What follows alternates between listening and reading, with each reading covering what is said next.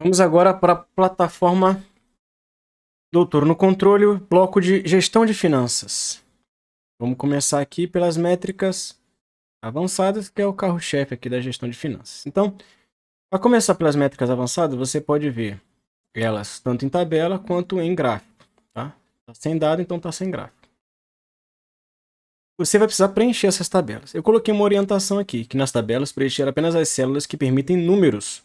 Você não vai preencher aquelas que estão com fórmulas. Tá? Então você precisa de seus dados. Vamos supor, vamos imaginar aqui uma clínica e ela teve de faturamento no mês de janeiro 100 mil reais. 1, 2, 3.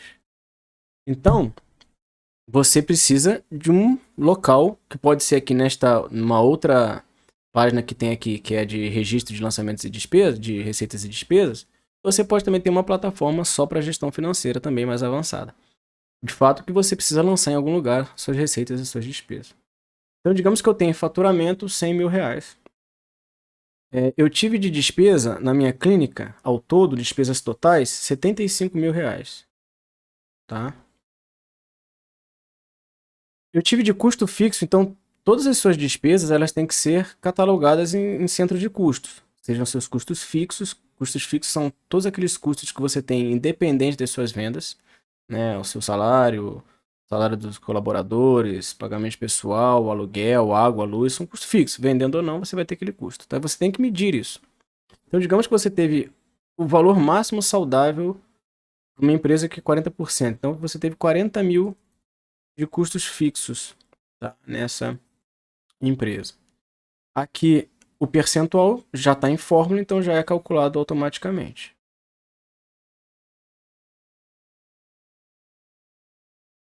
Você teve de custo variável, que são todos aqueles custos que estão atrelados à venda, por exemplo, compra de medicamentos, compra de injetáveis. Você teve nessa clínica, vamos colocar aqui 20 mil reais. Tá? O percentual já é calculado automaticamente porque está em forma. Você gastou de imposto, o leão te comeu 15 mil reais.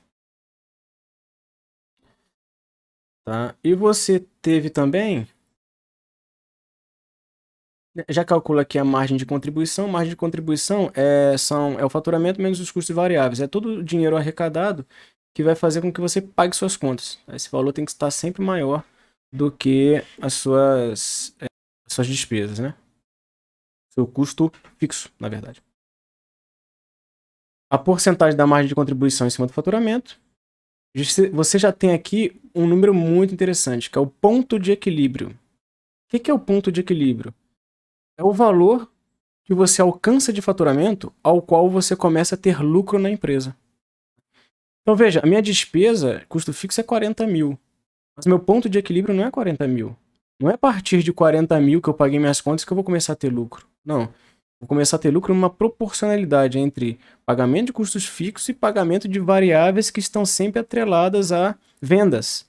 Então eu tenho uma fórmula para calcular isso, essa fórmula já está automática aqui. Eu sei que a partir de 50 mil de faturamento, aí sim eu começo a ter o lucro, começar a ver o lucro da empresa. Só que não é proporcional, né? Porque quanto mais faturamento você vai tendo, também a despesa vai aumentando. Tá? Mas o meu ponto de equilíbrio é 50 mil. Eu já tenho aqui qual foi o meu lucro automático.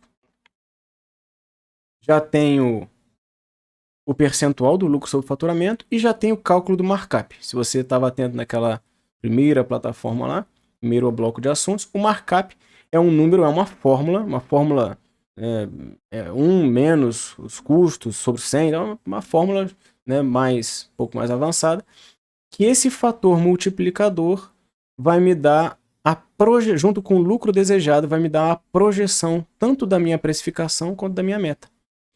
Então, olha, eu tive um lucro de 25 mil na minha clínica, né?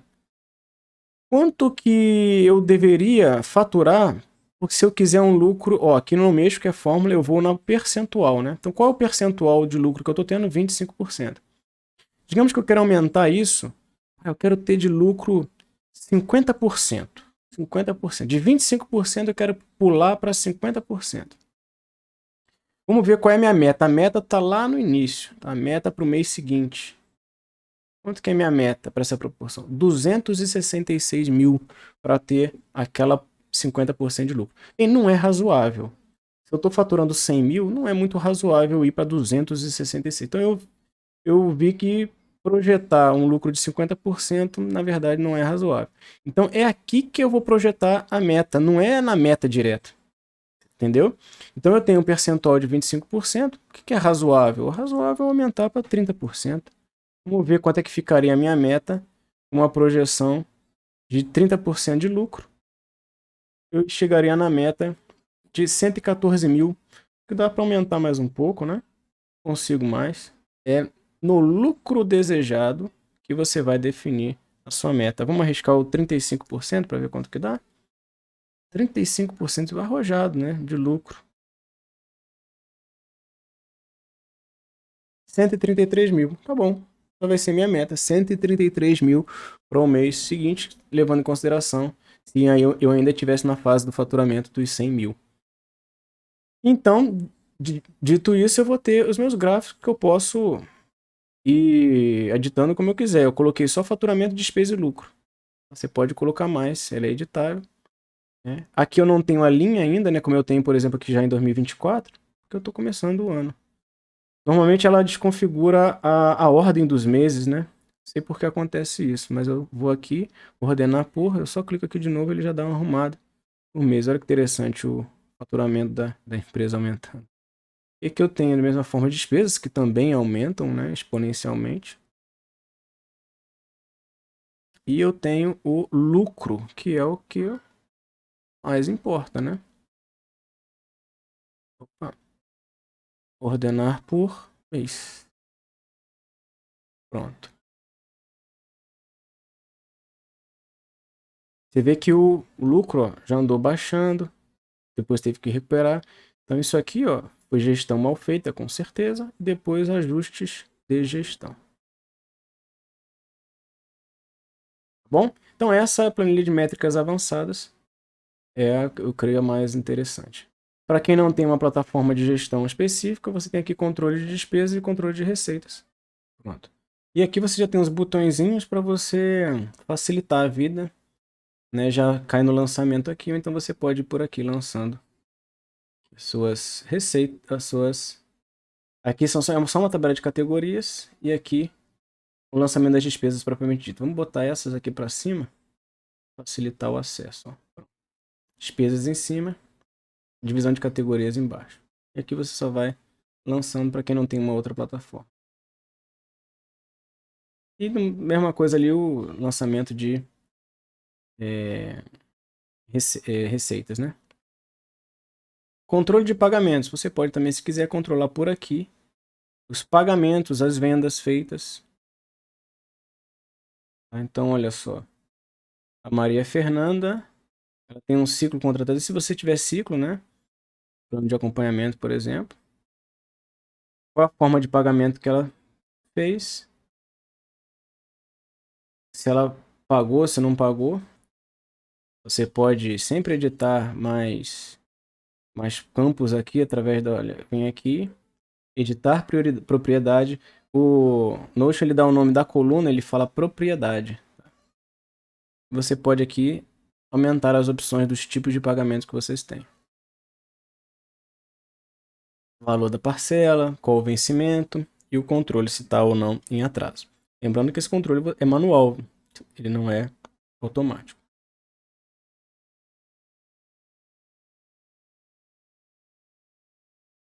Manual do Financial Clerk, que é aquele homem que faz o registro de finanças, né? Tudo que ele precisa fazer, tanto de controle de notas fiscais, checklists, né? E você define de acordo com a sua necessidade. Aqui é só teste, controle de notas fiscais. Isso aqui é interessante, é só uma pasta onde eu deposito as minhas notas fiscais lá e depois o Financial Clerk ele organiza elas para mim.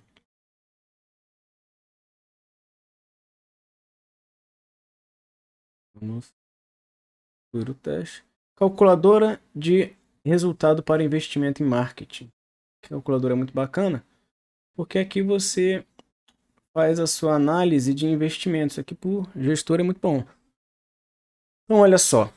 Eu investi R$ 2.000 em marketing, né, esse mês.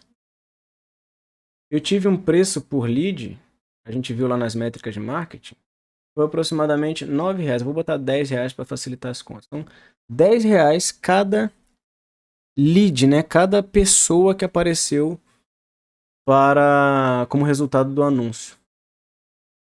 A minha taxa de agendamento. Bom, essa calculadora aqui é feita para empresas, né? Então, normalmente, ela usa a reunião de venda, né? A call de vendas. Então, essa taxa de agendamento aqui se refere ao agendamento da reunião de vendas. Então, eu vou considerar como agendamento da minha consulta. Eu tenho uma proporção de taxa de 10%, né? 10% das pessoas que entram em contato com a minha atendente, ela consegue converter para agendamento de consulta. Quando ela converte, é praticamente 100% de comparecimento. É 95%, na verdade, porque ela já cobra o sinal. Então, com a cobrança do sinal, quando fecha o agendamento, sempre tem um comparecimento. Mas não é 100%, é 90%. Vou botar aqui 95%, que é a taxa real. 95%. Bem, 95%. Essas que comparecem, estão lembrando, aqui é o comparecimento na reunião, né, na call de venda. Mas aqui eu já estou considerando que é na consulta. Então eu vou dizer que a taxa de conversão para quem já está aqui é de 100%. Vou botar. Deste pessoal aqui que comparece, obviamente eles pagam a consulta, né? Não estou falando aqui, não entrei no mérito do plano de acompanhamento, mas estou falando aqui só da consulta, tá? Qual é o meu ticket médio de consulta? Minha consulta hoje é 850, meu ticket médio gira em torno de 700, que às vezes tem pessoas com desconto. Então isso me deu um faturamento de R$ 14.000 de consultas, só de consultas, é isso mesmo. Me deu um número de vendas de 20, ou seja, 20 pessoas. Se eu não me engano, a métrica desse mês foi 23, contando como novos pacientes, tá? Não como pacientes de indicações, pacientes antigos, novos pacientes. Custo por cada ligação realizada, R$ 105. Custo de aquisição do paciente, né, do cliente, R$ 100. O retorno sobre o anúncio é de 6, então eu tive para cada...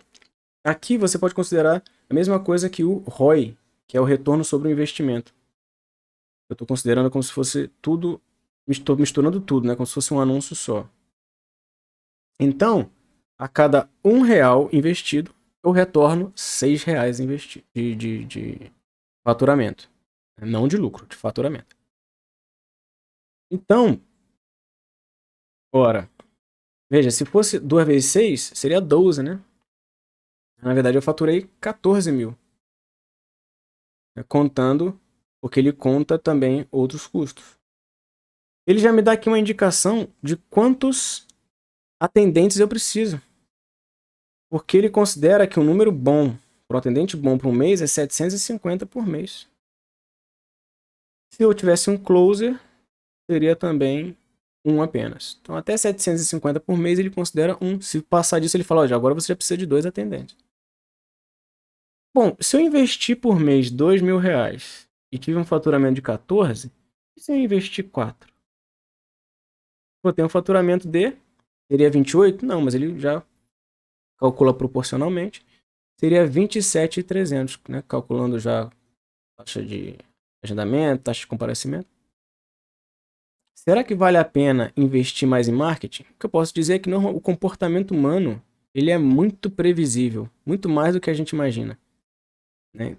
Eu arrisco dizer que se eu dobrar isso, a taxa de agendamento pode cair um pouco. Digamos que caia pela metade.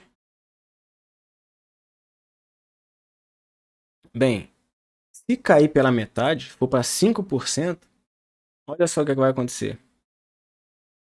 Eu vou gastar o dobro, R$ 4.000, mas vou ter o mesmo faturamento, 14 mil. Vale a pena? Não vale a pena.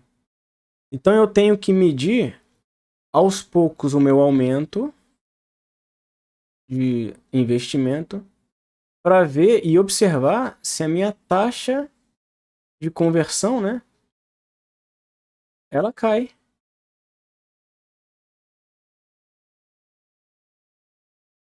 Se ela não cair, ela cair só um pouquinho, por exemplo, 8%, aí vale a pena você aumentar o investimento em marketing. Entendeu? Então, para isso que serve essa calculadora. Bacana, né? Esse, então, foi o módulo, o bloco de gestão de finanças. O próximo será de documentação. Vamos lá?